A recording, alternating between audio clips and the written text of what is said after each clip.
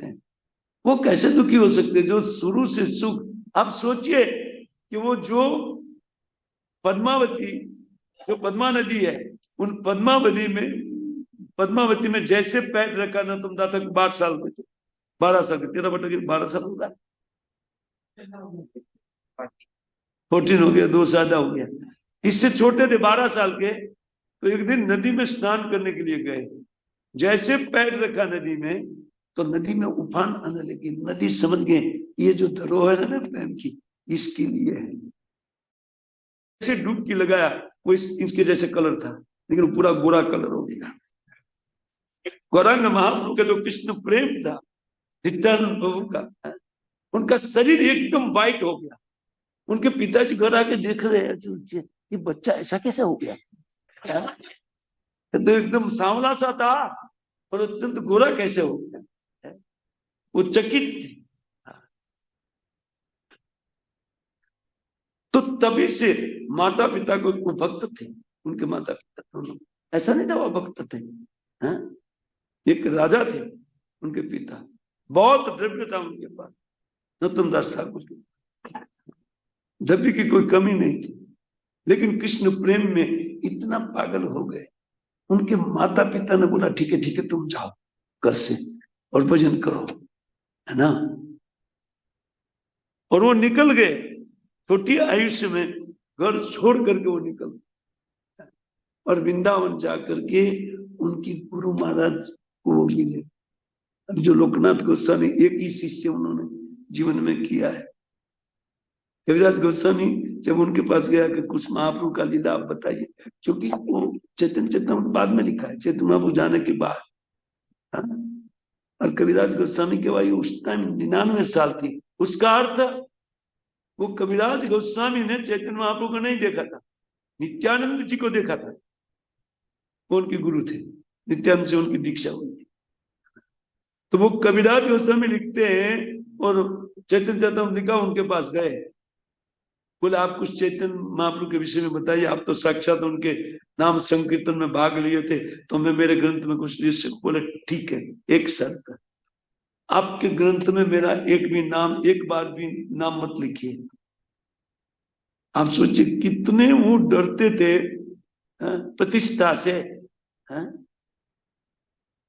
उन प्रतिष्ठा से वो इतना डर था उनके चित्त में, वो उनका नाम तक चैतन्य चेतन ने लिखने के लिए बोला मेरा नाम तक नहीं चाहिए। बोला शर्त मंजूर है? कविराज बोला मंजूर है। उन्होंने नहीं लिखा, उनकी बातें बताई हुई लिखी, लेकिन उनका नाम नहीं लिखा।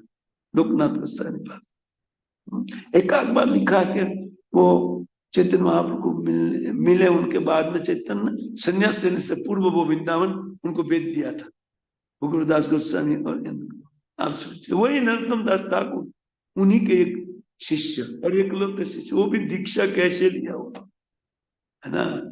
एक अद्भुत बातें हैं सारी। है? वो बोलते हैं जा करके, बोले महाराज मैं दीक्षा लेना चाहता हूँ। बोले राजा के लड़के होना? बोला हाँ, तुमने तो छोड़ दिया ना सब कुछ, राज्य पर सब त्याग दिया होना। बोले मैं नहीं दीक्षा दे सकता, जाओ। जीव गोस्वामी बाद विनंती किया, लेकिन वो बोलते नहीं दीक्षा में मुझे शिष्य नहीं बना, मैं शिष्य बनाऊंगा। जीवन मैंने प्रण लिया कि मेरा कोई शिष्य नहीं होगा। अच्छा, तो जब इस प्रकार वो एक जिद लेकर के बैठे हुए थे, तो नरोत्तम दास ठाकुर ने भी ठान लिया कि मैं लूंगा तो इसी से लूंगा, दूसरा मेरा गुरु कोई नहीं होगा, है ना। और जीव गोस्वामी ने कहा था कि महाप्रभु ने मुझे कहा है कि उन लोकनाथ से दीक्षा तुम लोग, मुझसे नहीं, लोकनाथ तेरे गुरु है, बस। अरे वही होना चाहिए।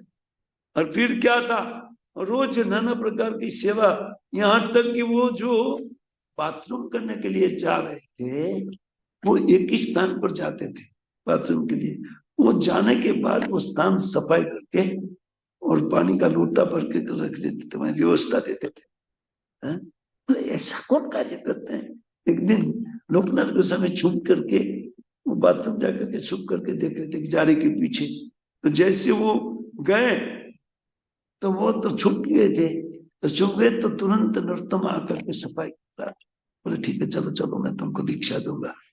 इस प्रकार उन्होंने एक दीक्षा लिया अपने गुरु महाराज से। उनके बाद भी एक दिन भजन कर रहे थे, कुटिया के दरवाजे पर शिष्य बैठते, सामने महाराज बैठे थे। एक कृषक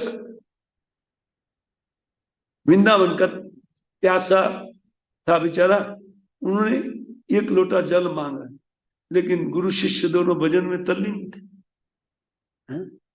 उन्होंने नरोत्तम दास ठाकुर के पास मांगे, सॉरी लोकनाथ गोस्वामी पास। उन्होंने देखा नहीं था कि कुटिया के इस साइड दरवाजे के पास नरोत्तम बैठा हुआ है, उन्होंने शिष्य को नहीं देखा।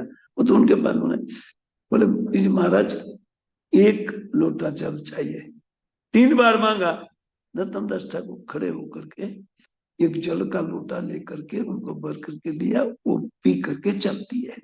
उनके बाद में नरोत्तम को बोला, नरोत्तम इधर आ जाना। बोले गुरु महाराज। बोले माला ले क्या? माला लाओ, माला दे दो। बोले महाराज माला तो आपने दीक्षा का माला तो। बोले वो वापस दे दो, तुम पहले पुण्य कार्य करके आओ, उनके बाद में मैं तुमको ये माला वापस दूंगा।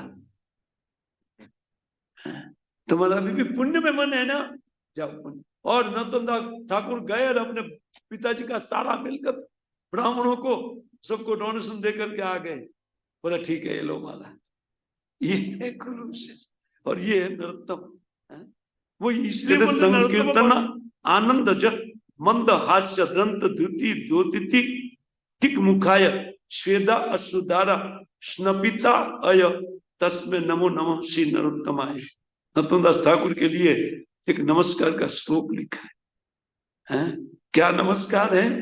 बोले संकीर्तन आनंद जत, संकीर्तन के कारण जिनके चित्त में आनंद जन्म लिया है, और मंद हास्य, और इसके कारण उन आनंद के कारण मंद मंद हास्य करते हैं। और हास्य करते हुए वो कहते हैं कि जब वो हास्य करते हैं तो उनके सफेद दांत पंक्ति दिखाई देती है, वो 10 दिशा को पवित्र करती है, उज्जवल करती है। और ऐसे संकीर्तन में नाच नाच करके जिनका स्वेद अश्रु, इनका शरीर पुलक हो रहा है, आंखों से अश्रु धारा हो रही है, ऐसे नरोत्तम दास को हम बार बार प्रणाम करते हैं। उनके विषय में लोगों ने ये लिखा है, क्योंकि जिन्होंने उनका संग किया उन्होंने देखा कि वो किस प्रकार संकीर्तन, और उन्होंने केवल संकीर्तन किया, नाम संकीर्तन और अपने द्वारा रचित कीर्तन का उन्होंने आश्रय लेकर के लोगों को इतना प्रचार किया, और लोगों का एक महा आश्रय के रूप में नरोत्तम दास ठाकुर हुए। और जो सतत 39 साल कहते हैं नाम संकीर्तन के द्वारा उनकी आंखों से अजस्र